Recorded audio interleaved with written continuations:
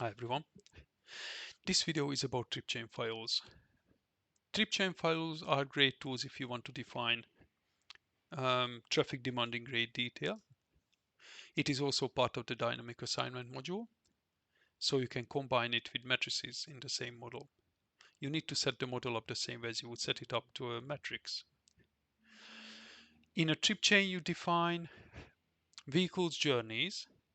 Basically, each row is a journey up for the vehicle. You can say that the vehicle goes from parking lot 1 to 2, waits there, then it goes to 3, then it goes to 4, and so on and so on. You can use real parking spaces, so you can tell vehicles to park there and wait, and then to carry on later. When you have your model, when vehicles enter the network and exit the network, it is recommended to use zone connectors, so the vehicles will appear when they need to enter and disappear when they need to exit. If you want to model a parking lot that is already busy, you can use parking spaces, real parking places, so you can that way when the model starts, Vissim will already load those up with vehicles and they will leave that space when you tell them. When you have an intermediate stop, you need to make sure that you have enough space in it, because what happens when you run your model, Vissim will place a parking route decision automatically, I think 50 meters upstream. So what that means is when a vehicle is coming, it already has the space, the parking lot assigned, and when it crosses the decision, it has the space assigned as well within that. So now you see it uses space number 2. But when you input another vehicle, it will get assigned a space when it crosses that. And if there is no space empty when it crosses that line, it will ignore it, even if that vehicle leaves in the meantime. So you want to make sure that there is enough space there. And as you can see, when I start my model, um, both vehicles are already in the vehicles in the network list. It's just not inside the network yet, so there is no lane position or any attribute filled out, but they will be inputted um, when they need to be. So how you set up a file? I like to set the whole structure up in Excel, and then you copy that. So once you have your data there, you copy it, Control C.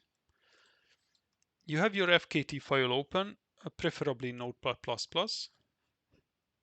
You need to start it with 1.1. This is the version. So you need to tell Vissim which version are you going to use. And in this example, we use 1.1. When you paste it, you can see it has the tabulators in it, the tabs, since you copied it from Excel. What you do, you hit Ctrl H, you make sure that you select extend it here, and you put \T. This is the code for tab, and you put nothing here. And if you do that, Vissim will replace the tabs with nothing, so it will delete them. Otherwise, you will get an error. You can have spaces, but you can't have tabs. Okay. How it works. As you can see, I color coded each section. Let's start with the first section. You input each row is a vehicle journey. First is vehicle number. You just basically start from 1, then 2, then 3, 4, 5, 6, as many vehicles you want to load. You have the vehicle type, and you have the origin zone number. Yeah, you need to input the zone number there. Then you have the next section. This is the trip, so this defines a trip. Vehicles will be loaded in the network at 5, so it will depart your origin zone at number 5th second, simulation second. The next zone will be number 2.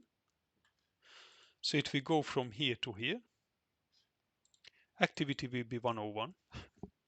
Here you can just put whatever you want. If you put 5, you put 10, you put 2000, whatever, it doesn't matter. It's not going to change the simulation. It is only for you as a reference, basically, to track where is your vehicle. Or you can have like shoppings, leaving home, going back home, all kinds of things.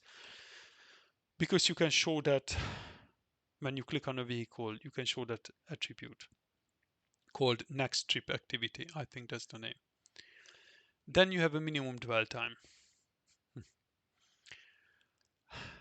Minimum dwell time and departure time are connected to each other. When you say minimum dwell time, it means the vehicle will wait at least that much. It will wait at least 10 seconds. But in the next segment, if you see that you have the same, so departure time, destination zone, activity, mean dwell time. So I say to leave at the 30th second, but let's say your vehicle arrives in this parking lot at 25. It will wait 10 seconds. So it will leave at 35, not at 30. So this will be increased. Then it goes to zone number 3. Again, an activity number, you want to put it there.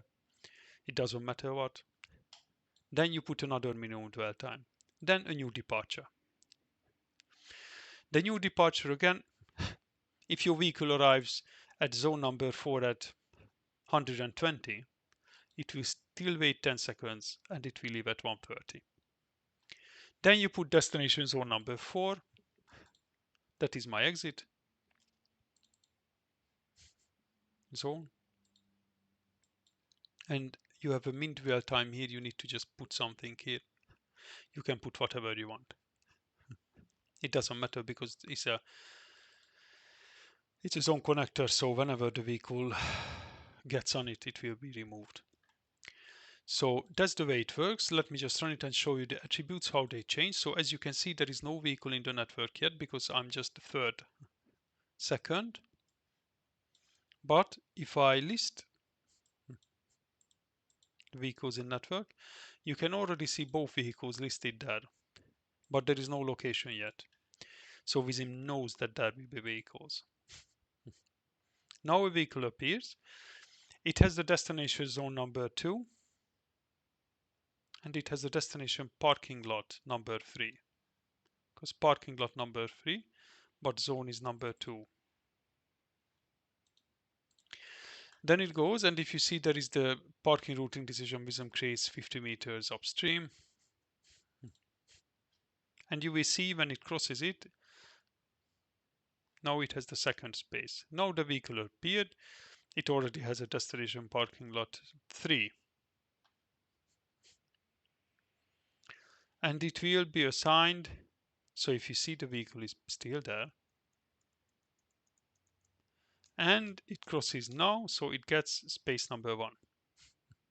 So that's why it's important to provide enough space, otherwise your vehicle will just ignore it if there is no empty space when it crosses that line. Then basically it waits and it leaves after the dwell time is over. Goes there. There is the new automatically created parking routing decision. Then it goes. They both wait. As you can see, it already has no destination zone number 4. And for the second vehicle, there is already the next trip destination zone. But if you come here, you put activity,